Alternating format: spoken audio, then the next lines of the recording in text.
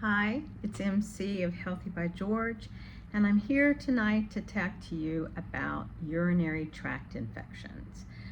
And the reason I really want to do that is because I've really had a struggle in the past year because I've had 2 urinary tract infections and didn't even know that I had them until I had some strange pain that wasn't, relating to going to the bathroom.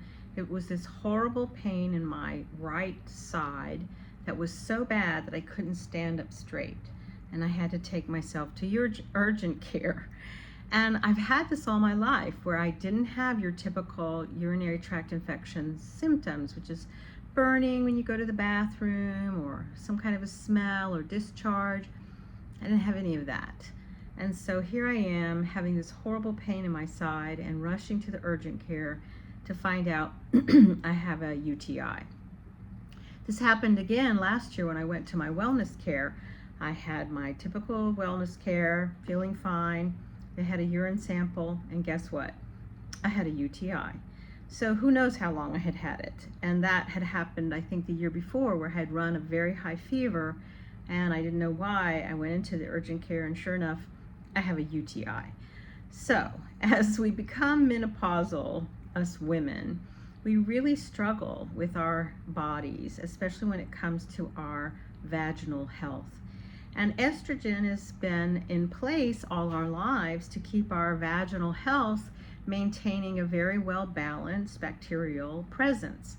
But as we get older and we have less estrogen in our bodies, and if we're not taking any kind of, hormone replacement, which I'm not, I think I would like to, but there's so many people who have so many different ideas about hormone replacement.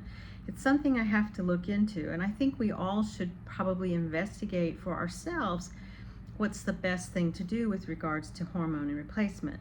And I'm not at that place yet, but I do not want to have any more unknown UTIs because it puts you at risk.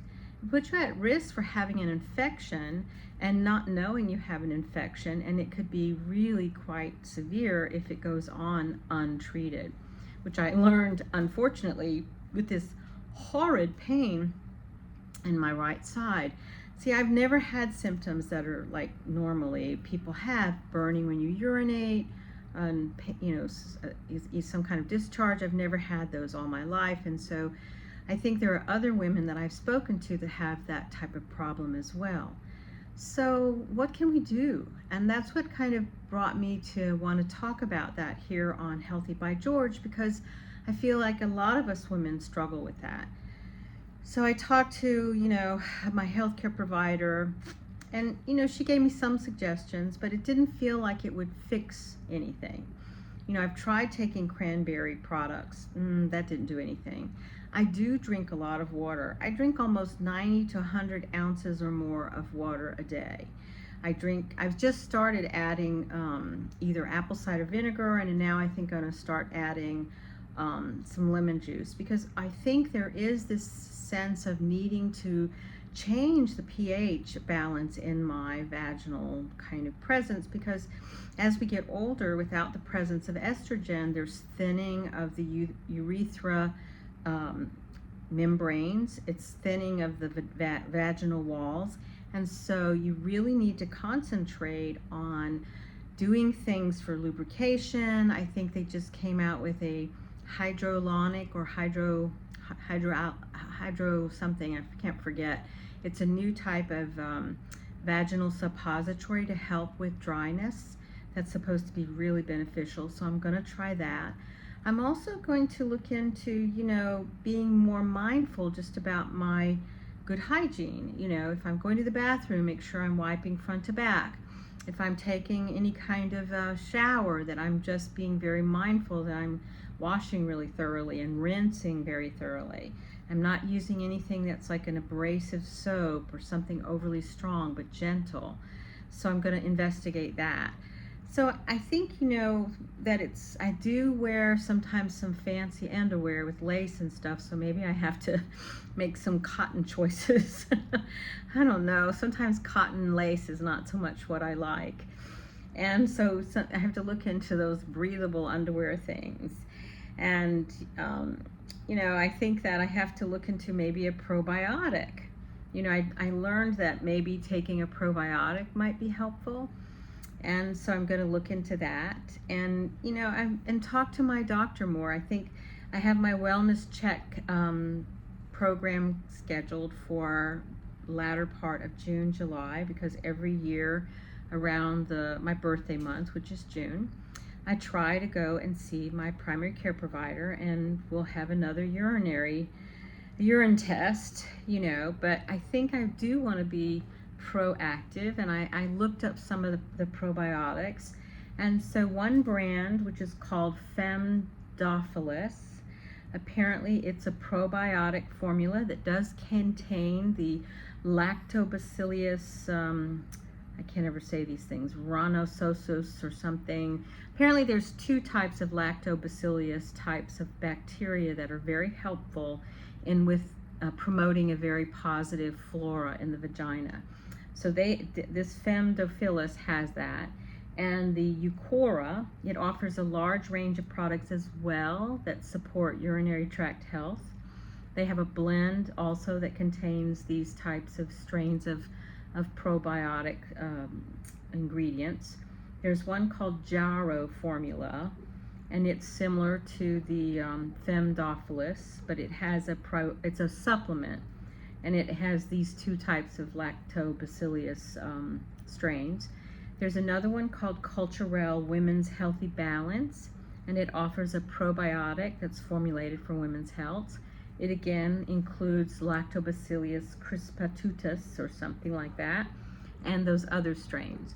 I'm going to look into that. I'm going to drink more lemon water. I'm going to include a probiotic, and just be really mindful about how I'm treating my body with my clothing and with my hygiene, and maybe I'm not drinking all the water I think I'm drinking, so I'm going to be more conscious. I mean, I pretty much think I drink about, maybe 60 to 90 ounces, so maybe I need to drink more than that. I'm not sure.